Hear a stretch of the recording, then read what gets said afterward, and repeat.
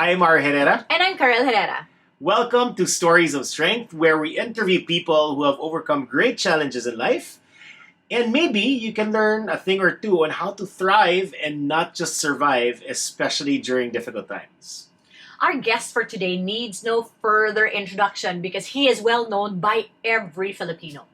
His family name alone elicits history. But what a lot of people don't know is what it must have been like to grow up in a family that has experienced many tragedies, challenges, difficulties, and even animosity. Let us learn today what makes this man strong. He may not say that he is strong, but he is steady, and his steadiness is strength. His desire to continuously serve people at whatever capacity has been constant throughout his entire life. Ladies and gentlemen, Senator Bam Aquino. Amazing morning, Senator Bam, our always Hello. forever senator. And thank you so much for being here and having this interview with us. Thank you for accepting this. Thank you. Thank you. Sobrang Actually, baka game.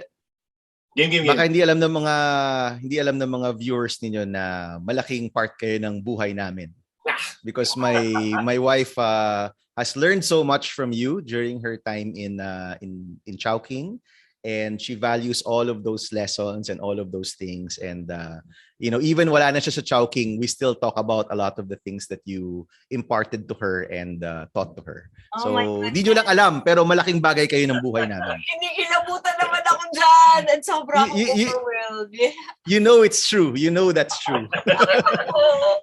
And sobra talaga kaming amazed with you ever since throughout the years. At hindi naman to yung talagang nagpupurihan lang tayo, no? Pero because RR has known you ever since what? Yun nga, I was telling Karel na parang Yes. grade school, like you have always been our student council president. So parang sabi ko, grabe, no?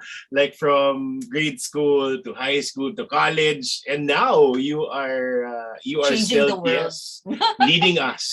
Yeah. So Actually, pagdating doon, I want to ask the first question. Has it always been that the dream, to lead and to change the world? It wasn't to change the world. It was just to help people. Yun lang talaga yung gusto kong gawin. And even at a young age. And I always say I was very, very lucky to know what I wanted to do even at a very young age. And of course, that's because of my uncle. Nung namatay siya in 83, I was 6 and RR was probably 2 or what? 2 or 3, di ba? Tama, di ba? Kasi alam ko grade 4 ka, grade 7 ako eh, di ba? Yes, Tama yes. ba? Yes. Oo. So being exposed to that time in the 80s really was a big it was a life-changing for me. So bata pa lang ako, alam ko na I wanted to go into service, help people, but of course as a young boy, hindi mo alam exactly what it was. Wala ka namang, although I think now baka meron na, no, but at the time parang wala namang college course na public service, 'di ba? So to speak. So you would do things on the side, do the student council work, try to help out in different activities, volunteer, 'di ba? But it was very clear to me na yun talaga yung gusto kong gawin. So having different careers kasi I've worked in government, sa National Youth Commission, which was right after college. I worked in an NGO, I worked in social enterprise, even in media before going into politics. Parang for me, lahat yun was a form of service, public service, no? But I guess eventually it did lead me to running and having my time run in Philippine politics, no? So palagay ko lahat yun manifestation of that dream, no, to be of service, and that really has been there for a long time. actually, it made me now so interested because so many things are happening in the world, and so many things are happening in our country. But what are the conversations that are happening in your home as a kid for you to have that kind of awareness? Because I know that it is family, but I'm wondering, like me as a parent, what are the conversations that a parent can have or should have with a child so that they can have that kind of love for service? Maybe you'd have an insight or two. Hindi siya conversation eh. It was really exposure. Kasi, when I was 6, my uncle had just been shot, and then nagsimula na yung mga protest action, And in 1983, of course, kasi we think of the EDSA revolution, hundreds of thousands of people on EDSA. But it didn't start there. Nagsimula siya in 83 nung pagkamatay ni Tito Ninoy. At least yung exposure ko doon. Pupunta kami sa mga gilid-gilid ng Manila, ng Quezon City. Baka umabot pa kami ng Batangas, even on a school night to attend protest action. And at that time, there would be 20 people in the crowd. As in, yung rally ninyo was 4 na drum, plywood, tapos may tatayo sa taas ng plywood and may megaphone siya. That was the rally in 1983. And for people to come out to a rally during the dictatorship was really an act of courage, di ba? And yun yung naging experience ko kasi umiikot kami sa gabi. Sometimes they would ask me to speak. Did you say, Dad, I want to go? So supposedly I did. Okay, supposedly I did. And alam mo, si RR tsaka ako kasi may mga childhood mga child star past kami.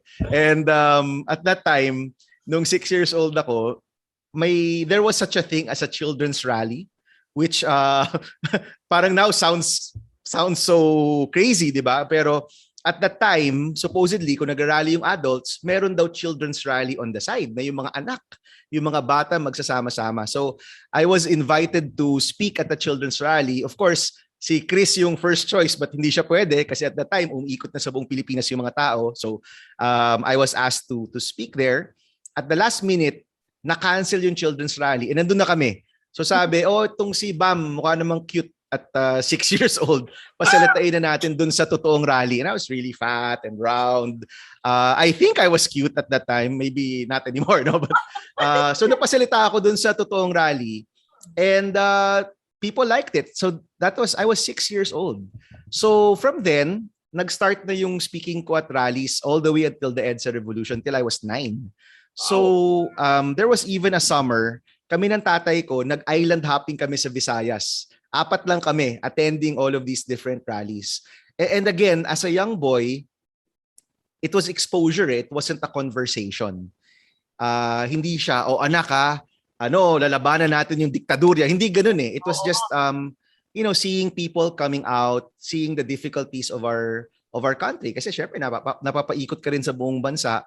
Seeing how people were, slowly being more and more courageous. Kasi makikita mo siya from 30 people to 60 people to Town Plaza to Araneta Coliseum to the big rallies in the 80s na kalsa-kalsada sa Makati until eventually EDSA Revolution. So parang that was my exposure. No, in fact, now as a parent, hindi siya hindi siya sinabi sa iyo. It was just what you were exposed to, no? So growing up, it was really trying to look for that hindi siya necessarily unity pero looking for that moment where we can all come together again, diba? Whether it was through the youth movement, through social enterprise with our sari-sari stores, now in startups, no, we have a lot of startups na may ganung spirit pa rin of helping and community type of spirit, and of course being in the Senate and pushing for these laws that tried to bring people together. Parang yun yung commonality niya hindi siya parang hinahanap ko pa rin siya, no? And in that way, parang nakita ko, kaya naman pala kaya palang lagpasan lahat ng mga mabibigat na problema natin kung magsasama-sama lang tayo. And now that we're in such a fractured state in our country, no, parang hindi tayo makausad kasi nga napaka-divided natin. And it's only by looking for these commonalities that we can really address all of these big issues. Kung hindi tayo magtutulungan, hindi natin kakayanin itong mga problema to. But if we find commonality and try to just help each other, I think we'll be able to overcome. And that's something that we're missing now. And that also points to leadership kasi may mga leaders who bring people together at may mga leaders who divide people, di ba? And I think the type of leadership we need now is somebody who can really bring people together, not divide them. And yung hugot ko niyan is that childhood. It's a very peculiar childhood. In fact, there were some parents who weren't happy with my parents for bringing me along sa mga rallies. Really? No? Big judge. May judgment. Ngayon, napakatindi ng judgment sa mga young parents, di ba? So even then, my mom would say na some of their co-parents would be saying, why are you putting yourselves in danger? Parang ganyan. No? But at that time, parang it just seemed like the right thing to do.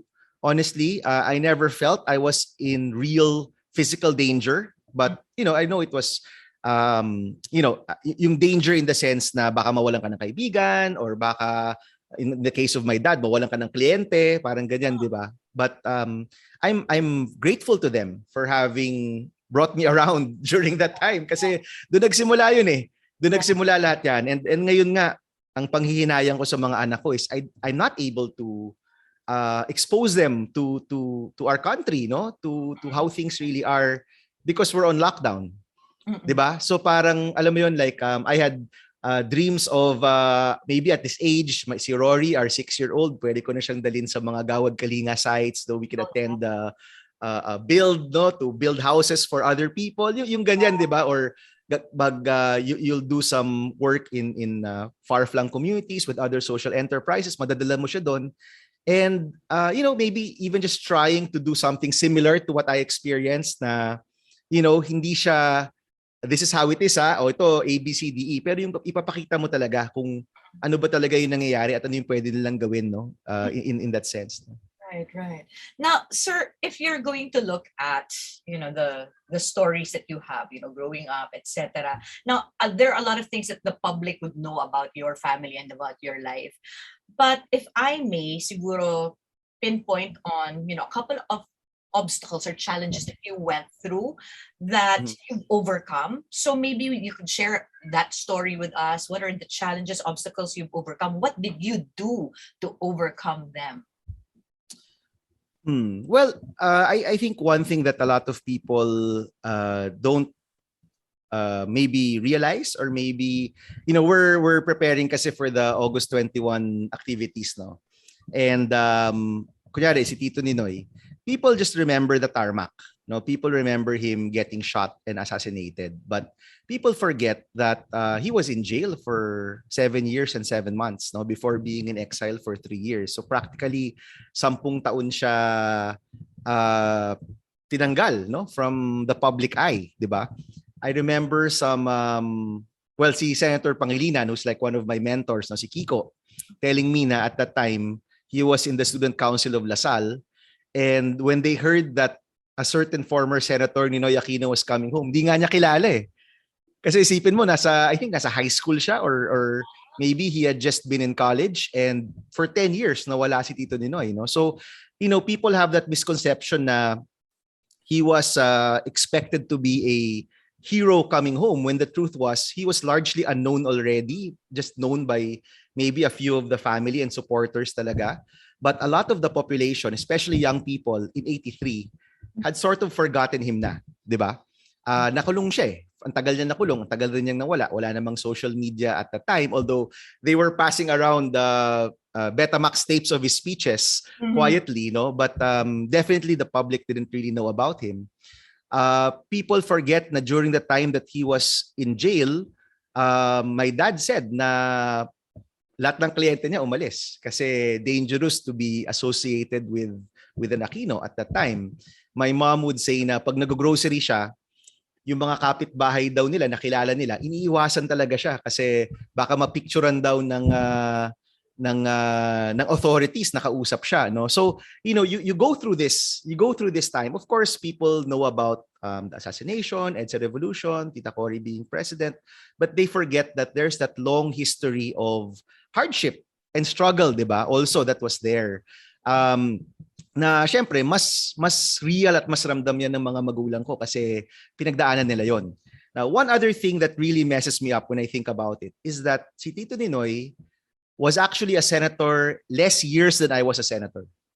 At least natapos ko yung term ko na 6 years. He didn't even finish, no? He was a senator when he was jailed. Yeah. And I don't think he was even a senator for 4 years. It was not even a long time na senador siya. He was a senator at 35. Okay? And he was jailed by the time he was, I think, 41 or 40. I'm 44 now. I'm even older than the time that he was in jail. And that the age niya that he was in jail is my age now. I mean, I still look at myself as a young person. I don't look at myself as an old person, di ba? Pero syempre, growing up, sa isip mo, ang tanda na niya nung nakulong siya, namatay siya. But I've hit that age already. Nasa ganung edad na ako. And he would be shot at 50. You know, that's just 6 years away from me. My kuya, my oldest brother, is gonna turn 52 on Wednesday. So, you know, and I still look at him as a young guy. So parang ang hirap isipin yung mga bagay na yan, no? And, you know, these are things na I guess hindi nakikita ng mga tao. The other one I think is that people don't also see that there was genuine transformation when he was during this time of hardship ni Tito Ninoy, no? Because before that, he was ambitious, magaling, pero largely ambitious guy who wanted to be president, 'di ba? And he was put in jail because he was a threat, 'di ba? But it was his time in jail that really transformed him. Doon niya nakita ang Panginoon, doon siya naging prayerful, doon lumalim yung love for country niya, doon nawala yung parang that strong sense of ambition niya, nawala rin, you know, and he really transformed during that time. And it's, for me, mas magandang isipin siya as a person who went through this transformation as opposed to, oh yan, willing to sacrifice ka na kagad or willing ka na to die for your country, because it doesn't work that way eh. Feeling ko people will be able to understand and relate to him more knowing that ang rami niyang pinagdaanan. And in that sense, syempre, yung pinagdaanan niya, parang pinagdaanan na rin ng buong pamilya yon, di ba? Marami talagang challenges along the way. Tita Cory, of course, we remember her because when she died, of course, grabe yung sentiment ng mga tao. But for a long time, no, especially after her presidency, she also wasn't very popular. No, there were a lot of challenges. Kung hindi ko nagkakamali, there were more than 5 coups d'etats that happened during her time.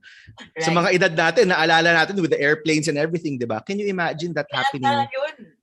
Di ba? Nakakatakot talaga. And ang taas ng expectation, napakaraming obstacles. So by the time that she stepped down, even though she was able to transfer power peacefully, no, which was again the first time in over 20 years at that moment in 1992, marami sa mga economic, I guess, expectations hindi naabot. Even until now, marami pa rin sa economic expectations hindi naabot. But going through that difficulty, doing your best, you know, serving the country well, and yet having so much obstacles thrown at you, napakahirap rin, di ba? Right. And then of course we look at Pinoy now, no, who just passed away 2 months ago. And people, at least now people remember that for the last 5 years, siya talaga yung laman ng fake news, yung laman ng batikos, yung laman ng kritisismo. It was only when he passed away that people had the courage to start talking about, actually okay naman yung panahon niya, wala naman, you know, wala siyang skandalo or wala siyang ginawang, siya mismo walang ginawang masama or that he intentionally did na masama for the country and the economy was much better. Ngayon lang yan nangyayari, no? Isipin mo, for 5 years people were largely quiet or you were ikaw yung laman ng lahat ng batikos, di ba? So it was also difficult for him on a personal level to have gone through that. And of course, to die so suddenly, di ba? Parang nakaka-shock sa marami, even sa amin na family members niya. I actually was texting with him a few days before he died. Kasi nga, nakarating yung balita na medyo seryoso na yung kalagayan niya. And that Sunday, that before he passed away, you know, I was messaging him. Sabi ko, baka pwede kitang mabisita. Kasi GCQ naman during that time. And he said, yes, you know, come, sige, bumisita ka. And then, I kind of hedged, no? Sabi ko, o sige, pagpunta nung pamangkin niya, si Miguel, who's one of his favorites, no, who visits him every week. Sige, sasabay na ako kay Miguel. Kasi, syempre, may preparations yon for his condition to visit him, di ba? And that was Sunday, hoping that I would see him the next weekend. By Thursday, he dies, no? He passes away.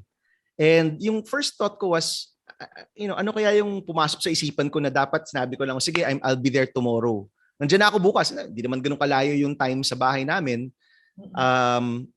But, you know, for some reason, I missed the chance, di ba? And, you know, he passes away without seeing the outpouring that happened after he passed away, di ba? Of support and gratitude and, you know, lahat ng effort na yun ng mga tao to try to correct a lot of the fake news na lumabas sa kanya, all happens after he dies. Right. 'di ba? I mean, napakasakit rin, 'di ba, na of course, because we believe in an afterlife, we know that he's probably seeing that even while he's dead. But wouldn't it have been so much better kung nakita niya 'yon habang buhay pa siya, 'di ba? So, maraming pinagdadaanan. But Karel, I think what maybe maraming pinagdadaanan like any other family. That's right. Wala namang pamilya na puro up o puro down eh. May ups and downs yan eh, 'di ba? May ups and downs. And I think the best way to really look at maybe the Aquino family is to also understand may ups and downs rin yan. May times na nakakulong kayo at literally ayaw kayong kausapin ng mga tao. May times na you're in power or you have different positions. But I'd like to think na yung commonality, whether nasa up ka o nasa down ka, parang steady yung desire to serve. Parang that's been steady, no? Hindi siya iba siya kasi you're in a down or iba siya dahil naka-up kayo. Parang tuloy-tuloy lang 'yon. And that's something I think na mahalaga for the younger generation like me, no, to see that from our relatives, no, who have gone before us, na whether binabatikos ka o pinupuri ka, whether ikaw ay cover ng isang sikat na magazine or ikaw ang cover ng isang fake news post, yung kagustuhan mo na manilbihan nandun pa rin. Parang steady lang 'yon. You may be in the Senate or you may be out of the Senate, you may be in an NGO or you may even be working in a corporation, pero nandun pa rin yung thread na gusto mong magsilbi, no? Gusto mong tumulong.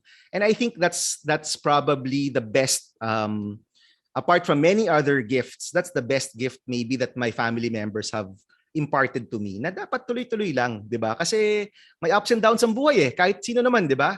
Sometimes things are good, sometimes things are bad, sometimes mayroong mga may sakit, sometimes masagana kayo, sometimes hirap kayo, but steady lang 'yon. Tuloy-tuloy lang 'yon. Hindi dapat maraming nagbabago, pero yung dapat hindi magbago. And I think that's something na even at an early age, that was something that was imparted to me and something that I sort of, maybe yung lente ko sa mundo nag-iba rin because of that.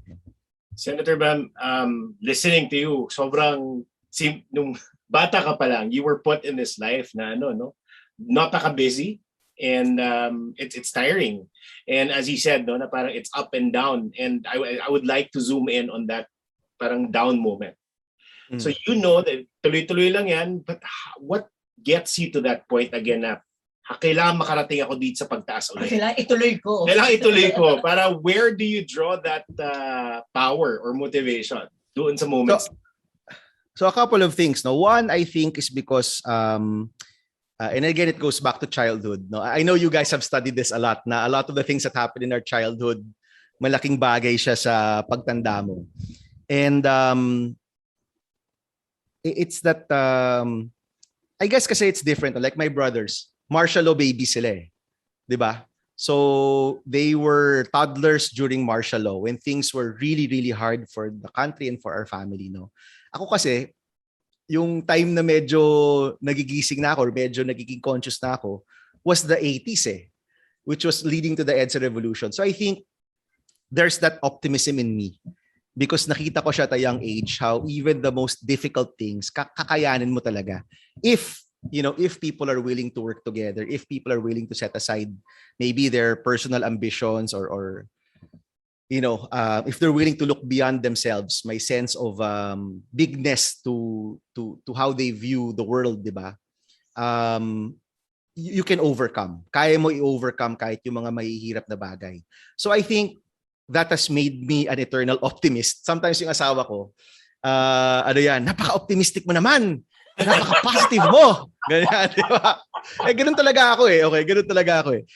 But these days, nasa pandemic tayo, parang you have to be optimistic because, if you don't feel that things will take a turn for the better at some point, ang dali mo talaga to spiral down into a negative and dark place. It's very easy. Kahit ako, may mga nights in the previous year, hindi ka makatulog, just worried about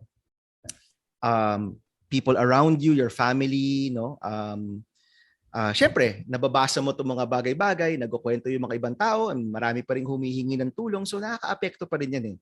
But I think that optimism has to carry you through. Okay, number one. No? So, knowing that kahit gaano kahirap yung mga bagay, pwede pa rin magka-positive outcome. Hindi sarado yung possibility na magka-positive outcome or magka-turn for the better. So that's number one.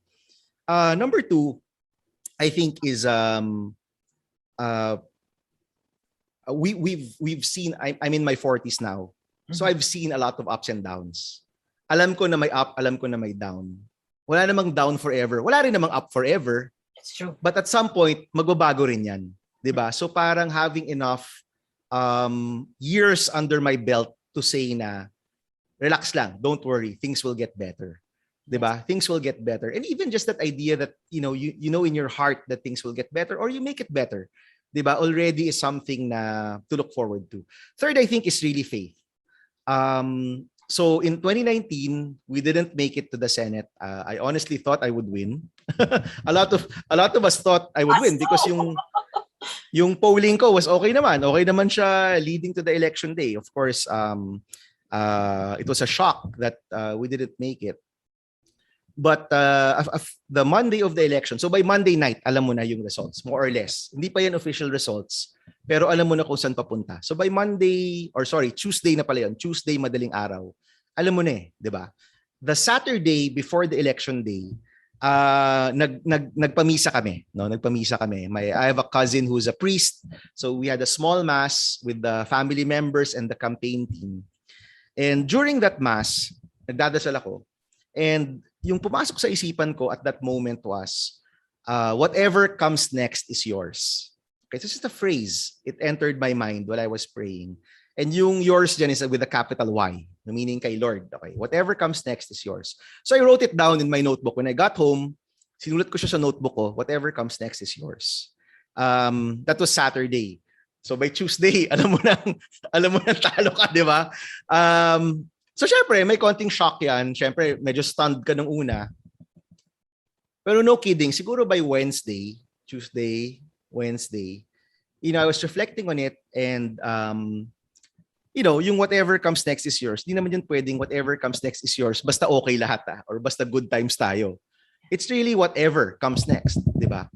So that was my reflection and, I think by Thursday or Friday, we booked a flight out of the country, Kabini-Timi, and naglakad-lakad kami sa Japan. I forget if it was Tokyo or Osaka or wherever.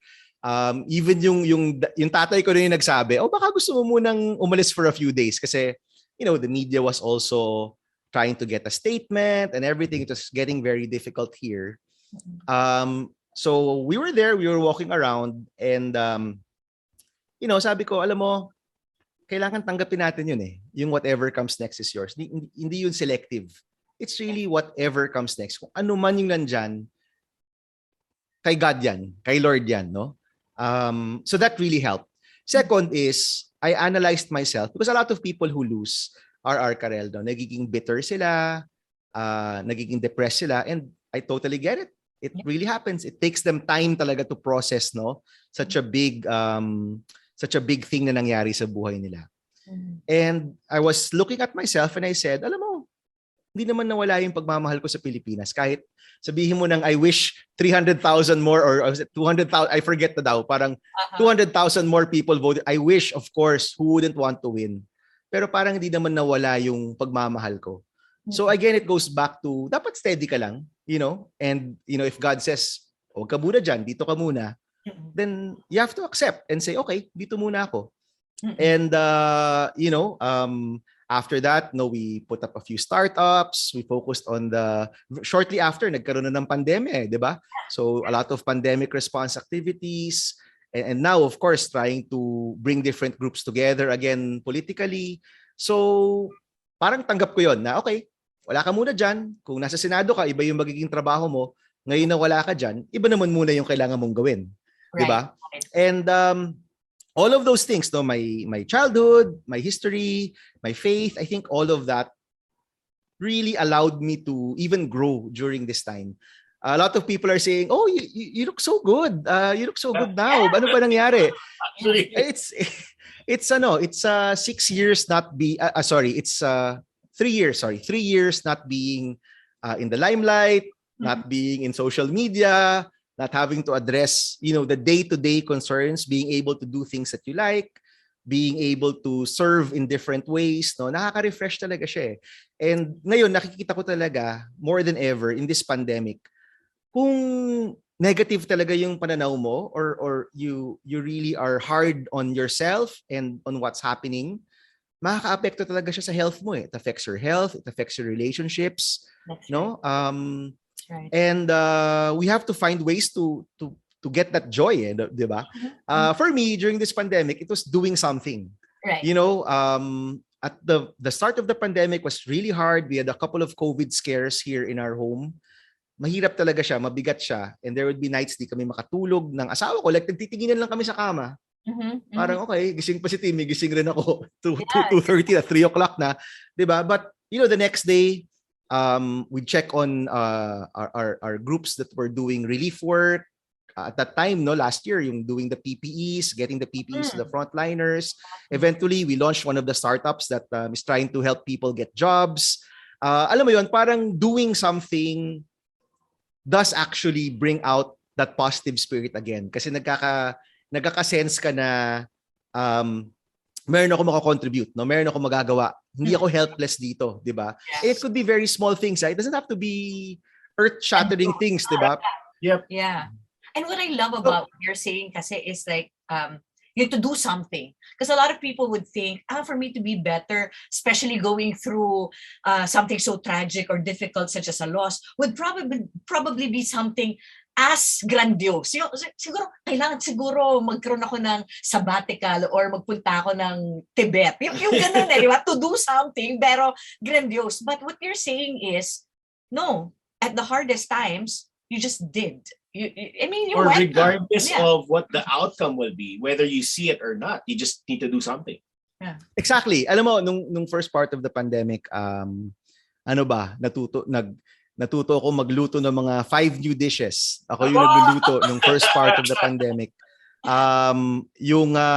Kasi internet became so important bigla. Inayos ko yung wiring namin tsaka yung internet setup na lahat ng parte ng bahay may signal. Yes. Diba? I mean, really small things. Hindi ko pa natatapos pero itong office ko, we fixed it up. My son. Okay. 1 minute. sorry. It's okay, hindi naman siya narinig dito sa akin. Yung boy ko is like, Dad, internet. Dad? Oh, exactly. That's my life also. IT ka na rin, no? So, si Rory, IT ka na rin ni Rory. Oh, sobra. Hindi lang ito. Ito, bahay ng parents ko, bahay ng parents si Timmy. Ako ang technician dito. I should charge them, honestly, for my tech services. Sorry, let's pick it up. No, so it's doing these things. Hindi siya kailangang malaking bagay. But it really helps. Kasi nagkaka-sense of accomplishment ka eh. So, something, then I lapse out, and then you try something again. Matagal na tong pandemic kung natapos mo na yung baking, natapos mo na yung cooking, natapos mo na yung plantito.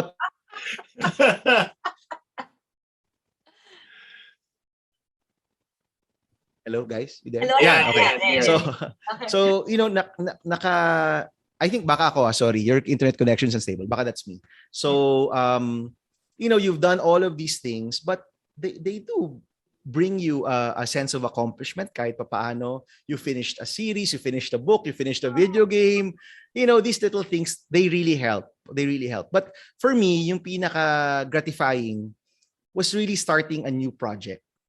And again, not everything worked out. So, we wrote a script for a series about Philippine politics. Unfortunately, nobody wanted to pick it up kasi medyo may pagka na konti, may pagka sensitibo ng konti, so nobody wanted to pick it up, but we finished the script. With an NGO, we tried a tech solution na barangay-based. Parang a barangay-based tech solution to get better information from your constituents in the barangay, no? That didn't work out. It's still in pilot phase, so hindi pa siya lumalabas from pilot phase.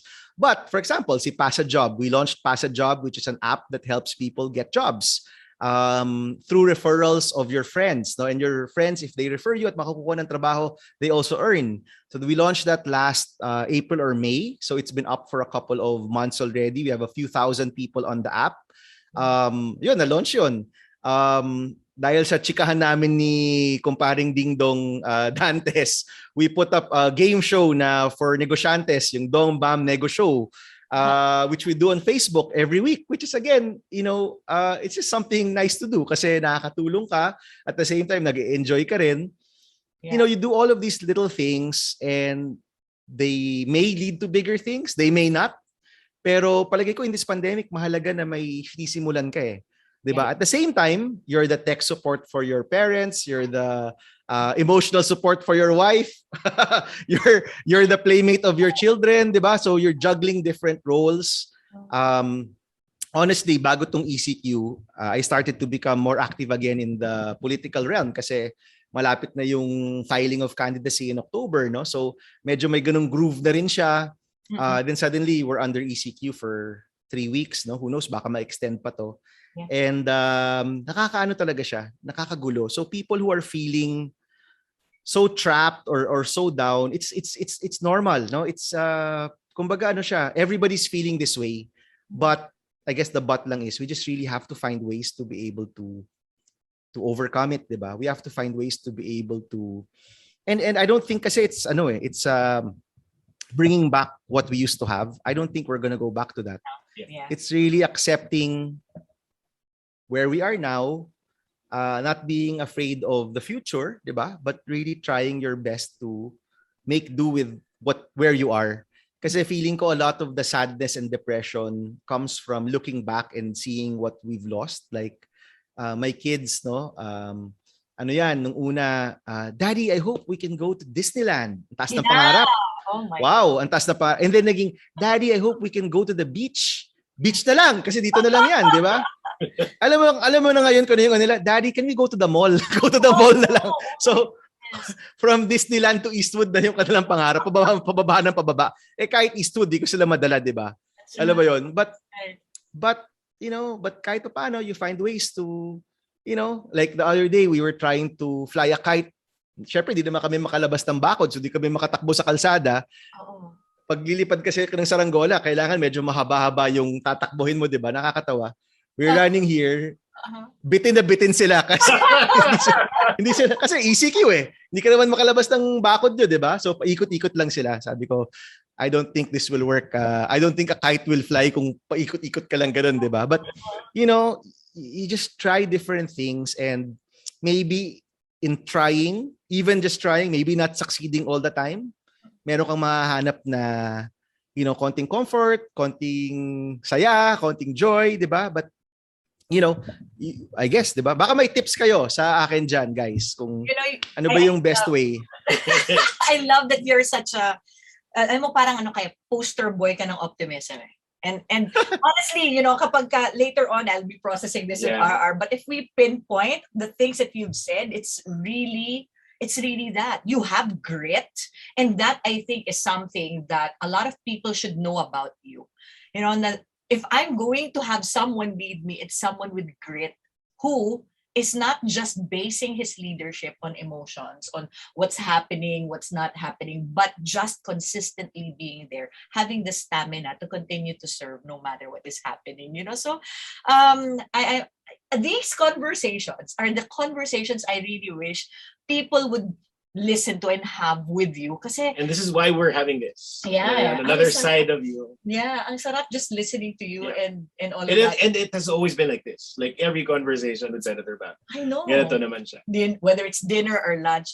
And maybe, sabi mo kanina, baka meron kaming tip. Kasi you're on the right track eh. You're already doing. Kasi if we tell people, okay, just keep doing something that will spark your happiness or your joy, whether it's a small thing like flying a kite, do that. But siguro it's really how you savor these moments. Maliit yung traction mo para magpalipad ng saranggola, tumawa tayo. Let's laugh. We're failing at that. So, being able to savor that. Now, sir, meron akong isang question na gustong pang recap. If you were to look at yourself from an objective stance, you're a stranger, or you're a friend, you're somebody. You're someone else. You're someone else. Looking Okay. Seeing Bam Aquino. What makes him strong? What do you like about him? What do you admire about him? So, pwede kang magsabi ng kahit ano kasi you're objective eh. So, if you were like this person watching this guy, what makes him strong? Mm-hmm. What a question. What makes me strong? I don't really think kasi I'm strong. I think I'm just steady. You know what I mean? Nice. So, I don't think I'm strong.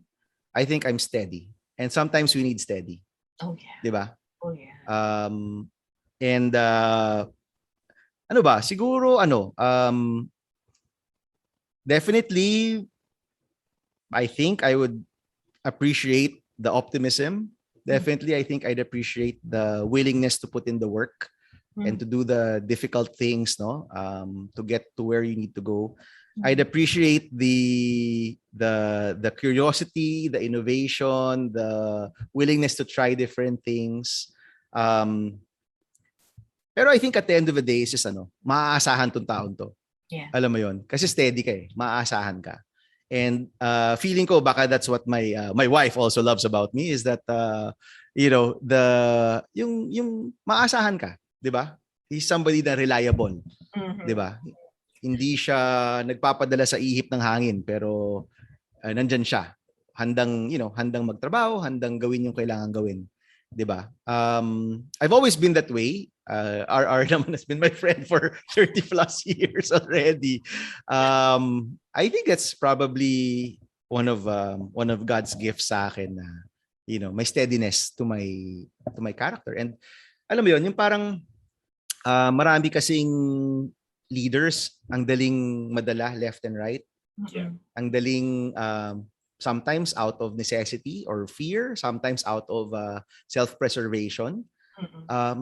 But I'd like to think yung kind of leadership that I espoused in the Senate and even in my non-government work is really steadiness.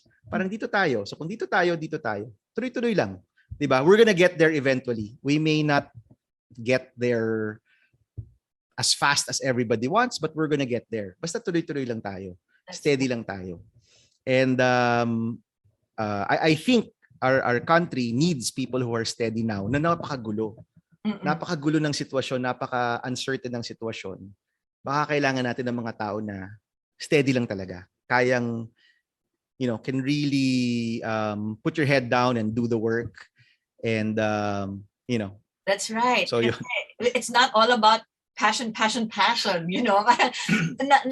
na tayo ng 5 years of screaming and passion. So maybe it's nakakapagod rin yun eh. Nakakapagod rin yung masyadong emotional, di ba? Nakakapagod rin yung masyadong emotional. So, yeah, but I don't know if that's di ba parang ano rin dyan, the easiest person to fool is yourself, di ba? So hindi ko na alam kung fair assessment yan of myself, but ako, if you were to ask me, maybe that's what I would say siguro.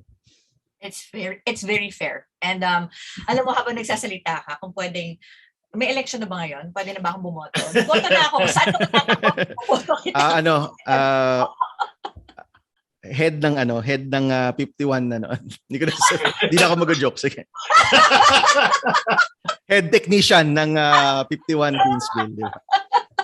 Oh my goodness. So, Senator, thank you so much. We are so honored, truly, to speak to a brilliant man. And, no matter what you've said today, I really do hope that a lot of people could pick from it, learn from it. There are so many insightful things that you've mentioned. And even I am learning so much. It's not just about science, hindi lang about theory and concept. This is in action, seen in your life.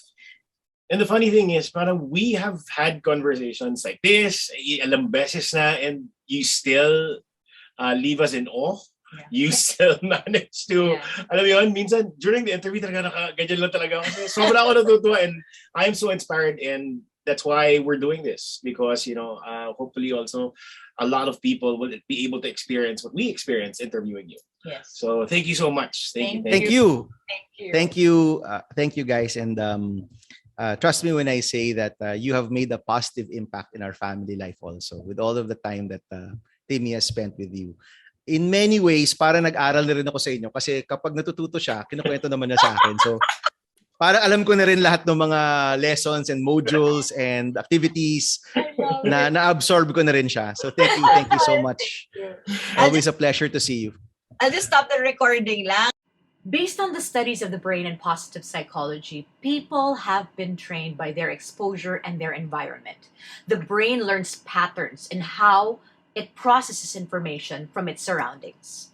Senator Bam had that exposure and environment, even if that early exposure was a tragic one. Their tragedy fueled courage. The process of building strength is really in embracing hardships as a character building experience. Bam's process is just being steady, unrelenting towards his meaning or bigger purpose, and that is to help people. Optimism is a key ingredient in resilience, which in the end makes a person strong. Seeing the positive, what can be learned? What did a situation teach me to be better? How can this situation make me a better person? And doing the positive, doing little things that make you better. Optimistic people would see the impermanence of the situation. Hard times will last forever. In this, there's hope. Also, the fact that even good times don't last forever gives people that sense of appreciation for what they are experiencing. When our brain thinks it's going to last forever, we have the tendency to take it for granted. So they appreciate good times and bad times together. This allows them to have grit or the stamina to persevere for long term goals despite challenges. His meaning in serving people didn't change despite circumstances. Even if he lost in an election, he has been steady in doing something that will help people. It's his purposeful action that shows his strength and character. Please like and subscribe. And we hope to see you again in our future Stories of Strength. See you.